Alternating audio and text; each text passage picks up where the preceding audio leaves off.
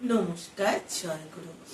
আমরা মানুষ তো নিজেদের জীবনটাকে কিভাবে পরিচালনা করলে আমরা ভালো থাকতে পারি বা কিভাবে পরিচালনা করতে করাটা উচিত, আমরা অনেকেই তা জানি না। আর এর ফলে আমরা জীবনের মার প্যাচে অনেক সময় বিপদগ্রস্ত হয়ে পড়ি। তো সেরকমই একটি ছোট ঘটনার কথা আজ উল্লেখ করছি। আজ একটি দাদা তার ছেলেকে নিয়ে খুব বিপর্যস্ত। তার ছেলেটি শিক্ষা দীক্ষায় তিনি খুবই উচ্চ তা অর্জন করেছেন, কিন্তু হঠাৎই কিছু পথ সঙ্গে পড়ে তিনি খুব উচ্ছৃঙ্খল জীবন যাপন করছেন এবং যেন ধরাছোঁয়ার বাইরে তিনি নিজেকে মনে করছেন। তো এরকম একটা অসহীন পরিস্থিতিতে আমাদের সৎসঙ্গীদের একমাত্র আশ্রয় স্থলিত হলেন আচার্যদেব কাছে গিয়ে নিবেদন করা, এবং তিনি যে পথ দেখাবেন সেই পথে আমরা জীবনটাকে পরিচালনা করব। এটাই আমাদের প্রত্যেকটা সৎসঙ্গীর জীবনের লক্ষ্য। তো সেই দাদাটিও তার ছেলেকে নিয়ে আচার্যদেবের কাছে এসছেন।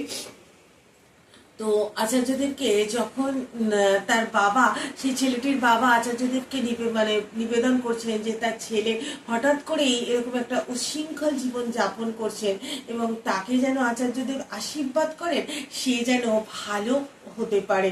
তো আচার্যদেব সেই ছেলেটির দিকে তাকিয়ে বলছেন যে, কিরে, তুই ওই বাজে জিনিসটা খাস কেন? না খেলেই তো পারিস। তো সেই সময় নাটমণ্ডপে বসে থাকা সমস্ত যারা যারা ছিলেন, বিশিষ্ট ঋত্বিকেরা ছিলেন, অন্য মানুষ যারা ছিলেন, তারা এবং ওই ছেলেটির বাবা সকলেই হতবাক। কারণ তার বাবা এতদিন জানতেন যে তার ছেলে একটু উচ্ছৃঙ্খল হয়ে গেছে, তার ছেলে কথা শোনে না, তার ছেলে একটু অন্যরকম হয়ে গেছে। কিন্তু তিনি যে তার ছেলে যে গোপনে ঘরে দরজা বন্ধ করে ড্রাগস নেন এবং তার ফলে তার জীবনটা যে অসহীন এক যন্ত্রণার মধ্যে দিয়ে কাটছে, সেটা বাবা হয়েও বুঝতে পারেনি। কিন্তু আচার্যদেব ওইখানে বসে তিনি সমস্ত কিছু বুঝতে পারলেন। কারণ এই জন্যই তো আমরা ঈশ্বরকে অন্তর্যামী বলি, কারণ তিনি তো আমাদের মনের ভেতরেই থাকেন। তাই তার যে প্রভাব বা তার যে সেটা থেকে কিন্তু আমরা কেউ নিস্তার পেতে পারি না। ঈশ্বর কিন্তু সব কিছুই জানেন। তো সেই ছেলেটি আচার্যদেবের কথা শুনে তখন সে হাপুস নয়নে কাঁদছে, অবিরাম গতিতে সে কাঁদছে এবং আচার্যদেবকে তিনি কথা দিচ্ছেন যে আমি আর কখনোই আর এই জিনিসটা তো খাবোই না, এবং আমি আমার যে আগের যে জীবনটা, যে সুন্দর জীবনটা, সেই জীবনে আমি ফিরে আসবো বলে তারা আচার্যদেবকে নমস্কার করে চলে আসে। এবং পরবর্তী 1 বছরের মাথায় আবার তার বাবা তার সন্তানকে নিয়ে আচার্যদেবের কাছে গেছেন।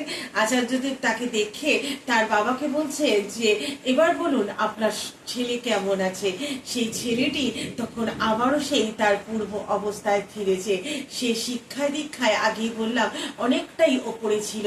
সে আবারও নতুন করে চাকরি জয়েন করেছে এবং তার জীবনের যে সেই যে মাদক দ্রব্য গ্রহণ করতো সে, কারণ তার ফলে তার চেহারার মধ্যে কিন্তু আমাদের মুখই কিন্তু আমাদের মনের আয়না। আমরা যেমন প্রকৃতির হব, আমাদের ভেতরে যা চলবে তা কিন্তু আমাদের মুখে স্পষ্ট প্রকাশ পায়। তাই সেই ছেলেটার মুখটা সেই সময় অতীব নির্মল এবং পরম খুশি।